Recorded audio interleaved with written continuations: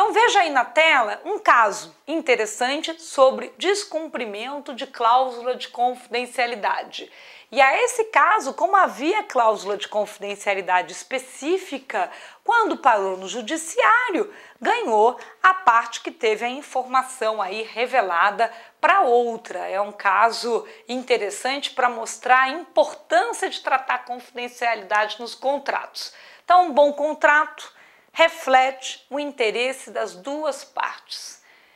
É claro que às vezes tem aquela história, quem que precisa mais de quem? Né? O seu poder de negociação, isso independe de contrato, né? O seu poder de argumentar, negociar, às vezes pedir desconto, vai ser relacionado diretamente a quem é que precisa mais de quem.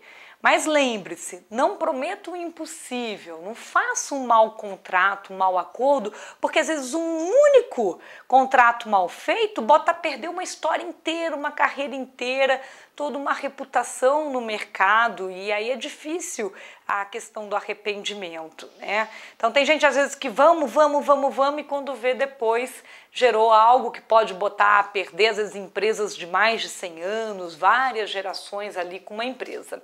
Fica também na tela para você dar uma olhadinha o artigo 422 do Código Civil. Esse artigo é interessante, que é justamente o que prevê que as partes irão preservar o princípio da probidade da boa-fé na execução do contrato. Então, quando a gente fala que as partes, quando ela assina, o que tiver escrito ali foi o que ela combinou, é o que está amarrado aí no 422 do Código Civil. Por isso, de novo, aquela história de assinar algo, que alguém diz, mas não é bem assim, pode deixar que depois eu faço de outro jeito, lá na frente você vai ter problema, a não ser aquele caso de contrato de adesão. Mas mesmo sendo contrato de adesão e você tiver ficado incomodado com alguma coisa, você deve registrar aquela discordância. Por mais que você assine no final, você registra. Olha, não concordo com a cláusula tal, apesar dela não poder ser alterada, vou assinar mesmo assim, mas você registra que houve algum tipo de discordância até para configurar a adesão. Por que eu recomendo isso? Porque tem contratos que são tradicionalmente de adesão. Há outros que não. Mas a outra parte diz que não pode mexer nada. Não posso mexer nada. Em princípio poderia mexer. Pode ser um contrato até de honorários de advogado. Mas na hora que você pede, olha, por favor, pode mexer no prazo, na forma de pagamento, naquilo que vai ser a execução do serviço, e ele diz não, esses negativas do não posso mexer nada, vai acabar configurando de adesão e isso vai permitir que afaste a questão da presunção da boa-fé e que você possa discutir a discordância no judiciário.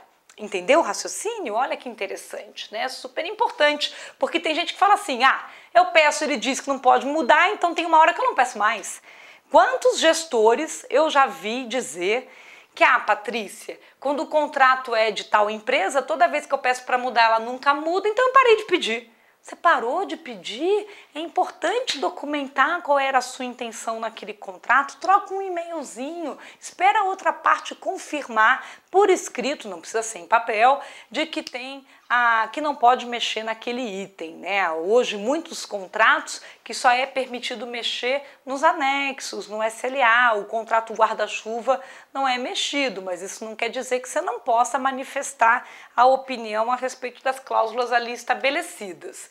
Então fica aí uma recomendação também com relação ao contrato de adesão. Eu coloquei na tela para você o artigo 416 do Código Civil e algumas recomendações que são essas que eu acabei de dizer, de faça análise, questione os pontos de discordância, documente a negativa de alteração, para isso validar o contrato por adesão e que vai permitir, dependendo do caso, uma discussão no judiciário sem ficar dizendo que você está mudando o que você achava a respeito do contrato e o princípio da boa-fé. Em seguida eu coloquei também para você um exemplo de cláusula que limita a responsabilidade vinculada. Olha que interessante, eu vou fazer leitura. A limitação de responsabilidade, conforme disposto na cláusula anterior, com relação à contratada, está condicionada à criação, implementação e teste por parte desta de um plano de continuidade. Caso o plano de continuidade do negócio não seja criado, implementado e testado, então não haverá limitação de responsabilidade. O que se quis dizer com isso? É muito comum as partes quererem, de algum modo, limitar a responsabilidade, para não acontecer aquele caso de contrato que fecha a empresa. E ali foi dada uma condição, ou seja, eu aceito limitar a responsabilidade desde que você implante um plano de continuidade, que se você não puder entregar, como é que fica, e teste que isso vai funcionar, porque se você não tiver feito isso, então eu não vou limitar a responsabilidade, você vai responder completamente por perdas e danos causados na questão dessa gestão contratual. Vocês viram que interessante, né? É uma coisa muito, como é que eu posso dizer, resolvida em texto. É um estudo de cenários. Eu posso optar, flexibilizar responsabilidade desde que cumprido alguns requisitos. Ó, se você cumprir isso, então limita a responsabilidade. Se você não cumprir, então você vai responder completamente com relação ao que está objeto nesse contrato. Agora, vamos falar um pouquinho de cláusula penal. A cláusula penal, a função primordial dela é estimular o cumprimento do contrato. Eu já tinha comentado isso antes, eu tenho que incentivar cumprimento através de multa. Só que se a multa é exorbitante, ela acaba estimulando o não cumprimento. Que a pessoa que acabou iniciando um descumprimento não queira resolver isso daí antes. E ela tem que estar expressamente prevendo de que não vai ser uma indenização satisfativa. O que se quer dizer com isso? Eu já vi muitos contratos que trazem uma multa e em seguida diz que essa multa tem caráter indenizatório. É um perigo esse tipo de cláusula. Para quem assina, diz, nossa, que legal, se ele descumprir tem multa. Mas quando fala que é caráter indenizatório, o que isso significa? Que a multa não está sendo só uma penalidade por descumprimento. Se aquele descumprimento gerou um dano, aquele valor de multa vai cobrir tudo. Ah, cobrir tudo? Não, peraí, então a multa está baixa. Então vou aumentar a multa. Às vezes, melhor do que aumentar a multa é só tirar a palavra indenizatório. A multa ou a cláusula penal normalmente tem uma característica de penalidade. Para indenizar, aí já são outros 500. O indenizatório normalmente acaba sendo uma multa mais elevada e vai envolver perdas e danos.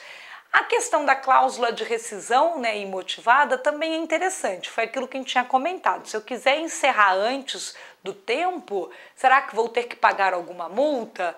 Então, a rescisão imotivada, o que significa? Não ter motivo para rescindir. E aí eu vou amarrar já lá na frente com outra recomendação. Quando nós fazemos bons SLAs, acordos de nível de serviço, ajuda a provar que a outra parte não estava cumprindo o combinado, então eu tenho motivo para rescindir. Tem gente que não está feliz numa contratação. Aí vai guardando para si, fica ali com tudo guardadinho, até a hora que explode e diz, quero encerrar. Aí na hora que chama o advogado, quero encerrar, o advogado diz, bem, para encerrar você vai ter que pagar X porque tem multa para encerrar de forma imotivada. E a parte diz, imotivado? Como assim? O cara não cumpriu isso, não cumpriu aquilo, não cumpriu o prazo. E aí o advogado vai perguntar, você documentou os descumprimentos? Não? Vai ficar o que eu disse que não diz? Entre as partes. Então a importância de ter uma metodologia que documente os descumprimentos, aquele avisinho, olha, está com atraso, olha, você não mandou a pessoa que você disse que ia mandar, documentar, pode ser por e-mail, pode ser por carta, um aviso, um alerta, notificação via sistema. Hoje em dia aquelas aberturas de chamado via sistema também documentam, é essencial. Não adianta ficar aos berros, esbravejando, depois revoltado, porque além de não ter conseguido o que queria no contrato, vai ter que pagar para sair. É muito recorrente esse tipo de situação da pessoa que estaria certa, não documentar descumprimento da outra parte, na hora de encerrar, ver que a conta vai ficar alta, você não consegue se livrar daquele imbróglio sem pagar para estar saindo. Então, cuidado com discussões de rescisão motivada ou imotivada. E lembre, tem muitos contratos que dizem assim: ambas as partes poderão rescindir desde que avisem previamente com 30 dias, 60 e 90 e aí vão levantar haveres e deveres entre elas. Aí é quando a gente prevê a rescisão imotivada e está sem multa. Então é super importante e esse prazo tem que ser observado. Tem gente que sempre acha que é 30 dias e quando vai olhar lá tinha que ter dado aviso prévio de 90. E tem outros que, pense bem, você está com um projeto. Se qualquer parte pode cancelar, imagina se a outra resolve cancelar e te avisa, será que em 30 dias você substitui aquele que estava executando o projeto ou não? Se você não tem essa agilidade, é melhor mexer nesse prazo, não deixar ele padrão 30 dias. No caso, é muito recorrente na administração pública acabar sendo até de 180 dias de aviso prévio, porque é o tempo de ter que licitar para contratar um substituto, caso aquele queira sair da contratação com ela andando, né? Então, é importante destacar que quando você vai criar cláusulas de rescisão, muitas vezes é determinada uma multa por rescisão antecipada porque uma das partes precisou investir mais no começo. No meu caso, sou advogada. Tem clientes, às vezes, que fazem um contrato de partido mensal, de assessoria, todo mês ele me paga. Só que no início do contrato ele tem um monte de coisa acumulada. Então eu vou trabalhar muito mais no início do contrato do que depois. Vai haver uma compensação ao longo do tempo. Se logo depois ele me passar tudo que estava acumulado, dá 3 meses ele diz encerrou, eu vou ter que apurar com ele, por isso tem normalmente uma multa, uma previsão sobre isso, porque esse encerramento antecipado vai gerar um prejuízo para mim que esperava receber o contrato completo e que trabalhei mais no início porque havia uma necessidade de investimento maior de um dos lados no começo da contratação. Então há um estudo de curva econômica nos contratos e esse estudo acompanha a definição de prazo para rescisão antecipada e eventual multa. Todos os contratos que você já fez, você nunca observou se havia essa análise de curva? Então passe a prestar mais atenção nisso, porque eu já tive que desenhar a curva econômica para mostrar para outra parte que ela estava exagerando. Que ela me colocou que eu tinha que só poder rescindir depois de 2 anos e eu mostrei para ela que ela tinha um investimento maior inicial nos primeiros 6 meses e que em 1 ano ela já tinha retornado o investimento, então não tinha por que me prender por 2 anos. Né? Então, esse estudo da curva econômica faz referência, tem reflexo aí nessa definição entre as partes. Fica aí mais um pouquinho de cláusulas penais, né? Geralmente os contratos, quando não há um percentual fixo definido, né, há uma discussão grande de qual vai ser a penalidade, né? E aquela questão que eu falei do aviso prévio, qual que é o prazo aí de aviso prévio entre as partes. E a gente vai entrar num novo tópico que é super importante, que complementa essa parte de contrato, que é algo novo para quem faz contratos, que é redação de SLA, Acordo de Nível de Serviço.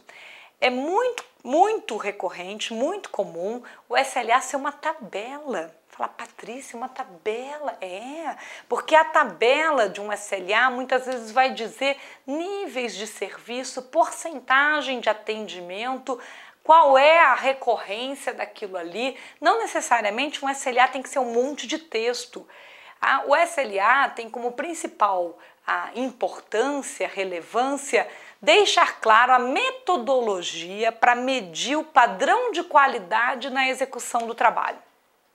E essa metodologia tem que estar exposta, explícita e combinada previamente. Eu não posso definir uma metodologia e depois usar outra, por exemplo, né? Ou então, nos contratos em gerais que não tem SLA, não há nenhuma definição de metodologia, fica um grande ponto de interrogação se foi cumprido com qualidade ou não. Porque aquela questão velha, né, gente? Como é que eu digo se foi cumprido com qualidade ou não se eu não tiver parâmetros de referência?